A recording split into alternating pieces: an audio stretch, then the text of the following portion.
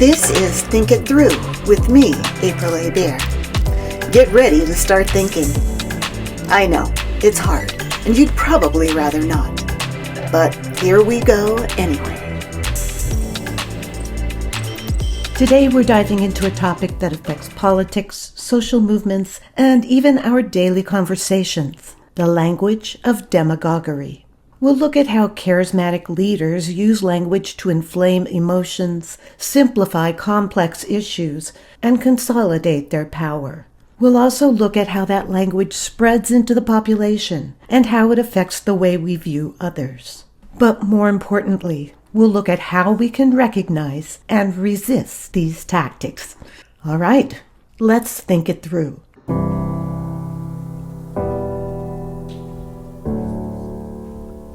Demagoguery. What does that really mean? At its core, demagoguery is a style of rhetoric, persuasive language used to appeal to people's emotions, in particular fear, anger, and resentment. What it fails to do entirely is appeal to reason or logic. Rhetorician Patricia Roberts Miller, in her 2017 book, Demagoguery and Democracy, defines it as discourse that promises stability, certainty, and escape from the responsibilities of rhetoric by framing public policy in terms of the degree to which and the means by which, not whether, the out-group should be scapegoated for the current problems of the in-group. Okay, let me decipher that a bit. A demagogue rallies people around them by blaming societal problems on other groups of people and promises to fix those problems by dealing with those other people. And by dealing with, I mean punishing them or even getting rid of them. This isn't a new phenomenon. There are many examples throughout history of demagogues who have wielded words as weapons. They position themselves as champions of the people, while vilifying an out-group, whether it's their political opponents, certain minority groups, or even the media. Psychology professor Stephen Lewandowski of the University of Bristol describes demagogues as political leaders who rely on false claims and promises and emotional exploitation of people's prejudices in order to gain power. Here's the thing. Demagoguery doesn't just exist within the halls of power. It can creep into mainstream discourse and distort how we think about important issues. To better understand this, let's look at the mechanics of demagoguery. The article, Powerless Arguments, Demagogue and Populist Language, by author Robert Feustel from the European online magazine Progressive Post, mentions 6 linguistic patterns common in demagogic and populist language. These patterns were first described in the 1960s by German philosopher Max Horkheimer. The first linguistic pattern is using superlatives like the biggest, the most beautiful, as in the biggest border wall, the most beautiful policy, the greatest nation. In World War II Germany, it was used in reference to Hitler's 1,000-year empire. The second pattern is an obvious distinction between us and them. And when demagogues refer to us, they define themselves as the good guys, and the them is, of course, the bad guys. Demagogues often rely on dividing people into in-groups and out-groups. They'll frame themselves as the voice of the common people, while painting others, whether it's someone they see as an elite, an expert, or part of a marginalized community, as the enemy. For example, instead of addressing the many nuanced causes of unemployment, a demagogue might scapegoat a particular group, saying, "Those people are taking our jobs." This not only ignores the real issues, but sows division as well. Demagogues are only too happy to reduce those complexities to simplistic narratives. Us versus them, good versus evil, or winners versus losers. The third one is having a clear and absolute goal, as in, if the people follow the demagogue, society will be clean and perfect, and everything will return to the way it should be. This is, again, simplistic. but also an effective pattern that ignores the complexity of many issues like climate change, immigration, or economic inequality. And these issues rarely have easy answers. Fourth is the suggestion that this leader is one of us, even if it's obviously not the case. The demagogue's voice is assumed to be equal to the voice of the people. There's almost a kind of religious identity that demagogues take on in the minds of the people who follow them. Their leader is believed to care deeply for the common people, and they believe he speaks for them, even if someone on the outside looking in can't really see evidence of that other than what the demagogue professes. The fifth pattern is saying that anyone in opposition to the demagogue is part of a conspiracy that's trying to destroy not just the demagogue, but the common people who follow them, the righteous us. This technique is very handy for delegitimizing any critique of the demagogue. Anyone who speaks out against their leader is wrong, evil, and is demonized accordingly. The sixth and final pattern is saying that there is only one truth, and that is what is spoken by the demagogue.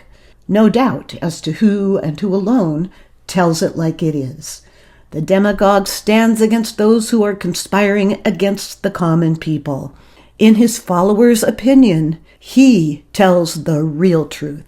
The opposition is a bastion of lies. All these linguistic patterns add up to some very powerful emotional manipulation. They cause fear, anger, and resentment, and are incredibly potent motivators. By tapping into these emotions, demagogues can bypass critical thinking and rally people around their cause. Let's pause for a moment to reflect. Have you ever found yourself swayed by an argument that felt emotionally charged, but in hindsight lacked substance? It's okay, we've all been there.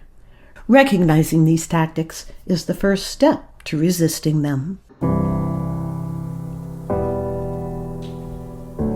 Now, let's bring this to life with a couple of examples. Throughout history, demagogues have routinely risen and held on to power with violence and hatred, turning one group against another in order to dominate and control populations. In the 20th century, we saw some of the most infamous demagogues rise to power. Leaders like Adolf Hitler and his Minister of Propaganda, Joseph Goebbels, exploited fear of economic instability, of communism, of the other, to advance the Nazi agenda. Goebbels was in charge of all news media, art, and public information, and used things like posters, artwork, film, articles, essays, and fiery speeches to convince even Germans who were not initially anti-Semitic to attack Jews, or at the very least to believe that the Jewish people among them were problematic outsiders. And many of these otherwise good people ended up turning a blind eye to the Jewish genocide. But demagoguery isn't confined to dictatorships or authoritarian regimes. Even in democratic societies, politicians and media figures sometimes use demagogic rhetoric to rally support. Senator Joseph McCarthy, for instance, had a strong base of support in the 1950s, and he used that to crusade against communism by claiming that several hundred State Department workers were secretly communist spies. This claim was later found to be false. In fact, he totally made that number up.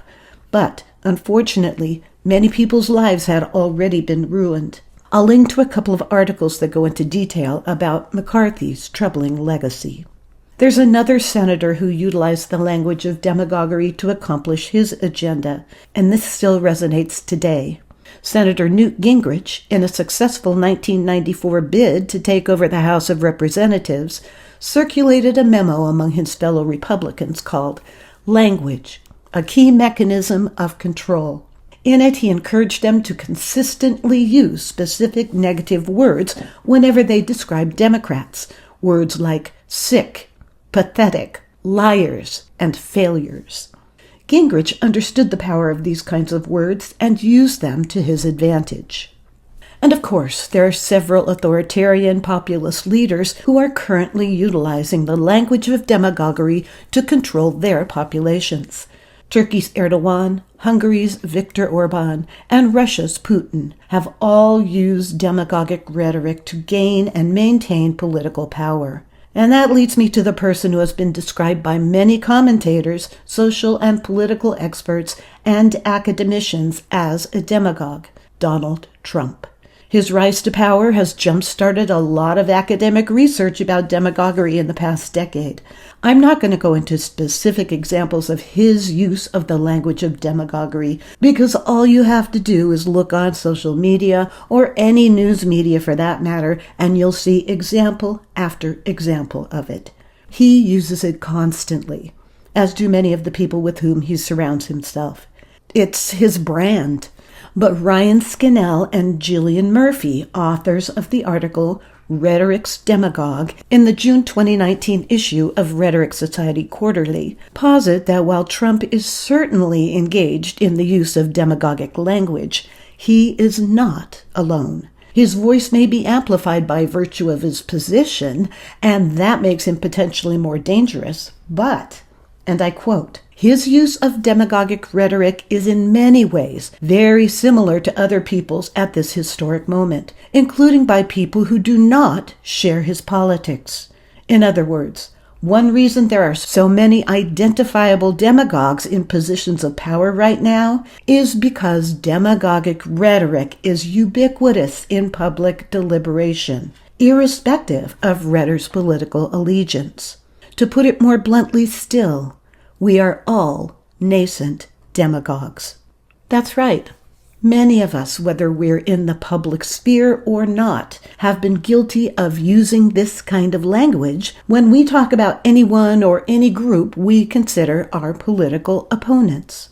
They're evil, they have no redeeming qualities, they're ruining everything, and they must be stopped by any means necessary, and we might even go so far as to say the world would be a better place without them. Yeah. I hear and read similar sentiments on a regular basis by people with whom I would otherwise agree on matters of policy. So, it's true that no country, no political party, no social class, no race or ethnicity has solitary claim to demagoguery.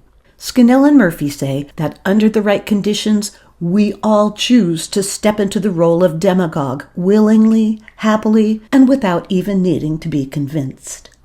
Whenever we use negative labels and stereotypes about other groups to justify our side in an argument, we're making those arguments based on identity, when what we should be doing is making deliberative arguments about policy.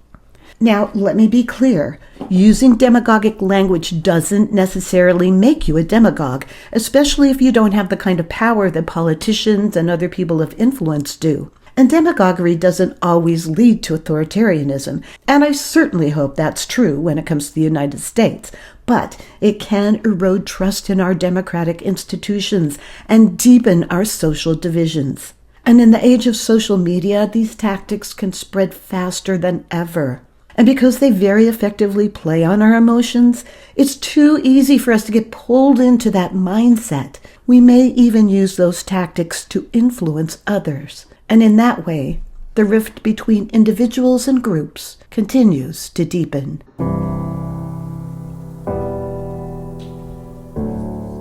Well, that's a little depressing. And I'm generally a fairly positive person. I don't think we are necessarily destined to fall into this rhetorical trap and let it drag us down. But how do we counter the language of demagoguery? How do we think critically and resist its pull?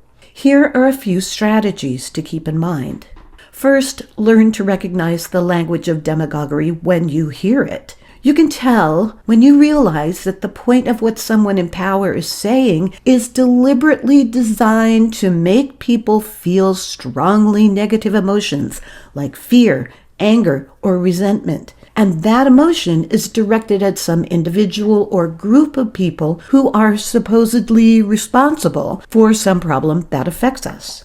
It's critical that you start to recognize when those negative words are clouding your judgment and pause before reacting emotionally to divisive rhetoric. Second, learn to identify generalizations. Be wary of sweeping statements like they always, or we never, or all fill in the blank with a group you don't like, or fill in the blank with some negative quality or characteristic.